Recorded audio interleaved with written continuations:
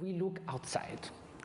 We think that if we could gather this and that, all the conditions, something like we say, everything to be happy, to have everything to be happy, that very sentence already bears the doom of destruction of happiness. To have everything. If we miss something, it collapses.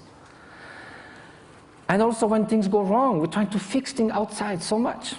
But our control on the outer world is limited, temporary, and often illusory. So now look at the inner conditions. Aren't it stronger? Isn't it the mind that translates the outer condition into happiness and suffering? And isn't that stronger? We know by experience that we can be in what we call a little paradise and yet be completely unhappy within.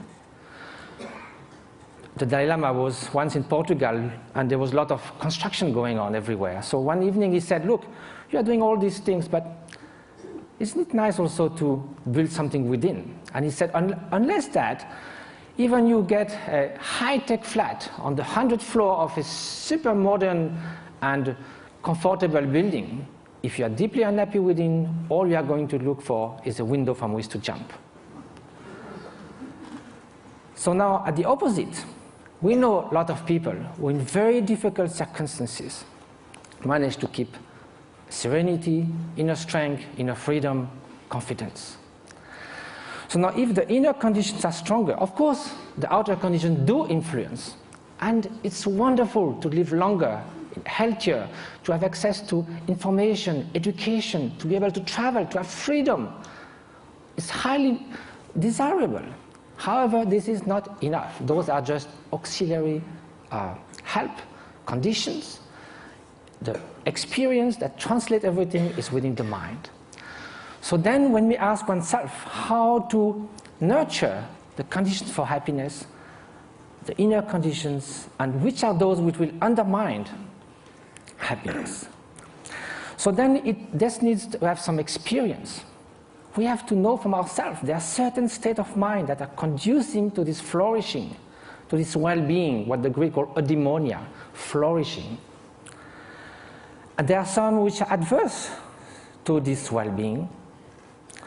And so if we look from our own experience, anger, hatred, jealousy, arrogance, obsessive desire, strong grasping, they don't leave us in such a good state after we have experienced it. And also they are detrimental to others' happiness. So we may consider that the more those are invading our mind, and like a chain reaction, the more we'll feel miserable, we'll feel tormented. At the opposite, everyone knows deep within that an act of selfish generosity, if from the distance, without anyone knowing anything about it, we could save a child's life, make someone happy. We don't need a recognition. We don't need any gratitude. Just the mere fact of doing that feels such a sense of adequation with our deep nature. And we would like to be like that all the time. So is that possible? To change our way of being, to transform one's mind? Aren't those negative emotion or destructive emotion inherent to the nature of mind? Is a change possible in our emotions, in our traits, in our moods? So for that we have to ask, what is the nature of mind? And if we look from the experiential point of view, there is a primary quality of consciousness. That is the mere fact to be cognitive, to be aware.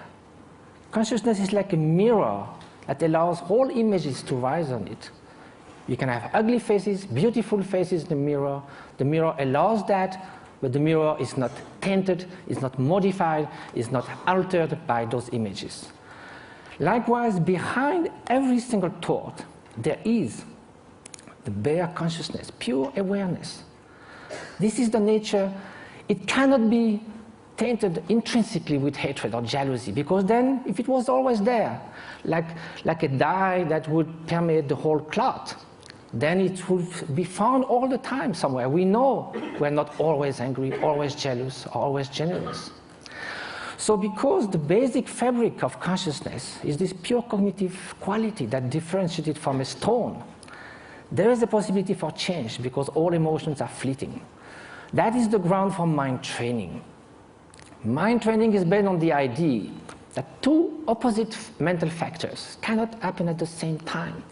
You could go from love to hate, but you cannot at the same time, toward the same object, the same person, want to harm and want to do good. You cannot in the same gesture shake hand and give a blow. So there are natural antidotes to emotions that are destructive to our inner well-being. So that's a way to proceed. Rejoicing compared to jealousy, a kind of sense of inner freedom as opposite to intense grasping and obsession, benevolence, loving kindness against hatred. But of course, each emotion then would need a particular antidote. Another way is to try to find a general antidote to all emotions. And that's by looking at their very nature. Usually, when we feel annoyed, hatred, or upset with someone, or obsessed with something, the mind goes again and again to that object. Each time it goes to the object, it reinforces that obsession or that annoyance. So then it's a self-perpetuating process. So what we need to look now is, instead of looking outward, we look inward. Look at anger itself. It looks very menacing, like a billowing monsoon cloud, thunderstorm. But we think we could sit on the cloud, but if we go there, it's just mist. Likewise, if you look at the thought of anger, it will vanish like frost under the morning sun. If you do this again and again, the propensity, the tendencies for anger to arise again will be less and less each time you dissolved it. And at the end, although it may arise, it will just cross the mind like a bird crossing the sky without leaving any track. So this is the principle of mind training.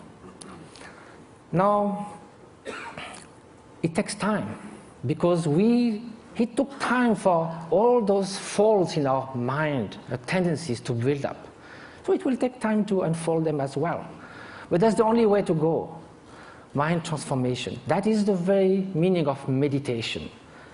It means familiarization with a new way of being, new way of perceiving things, which is more in adequation with reality, with interdependence, with the stream and continuous transformation which our being and our consciousness is. So the interface with cognitive science, since we need to come to that, and what was the subject of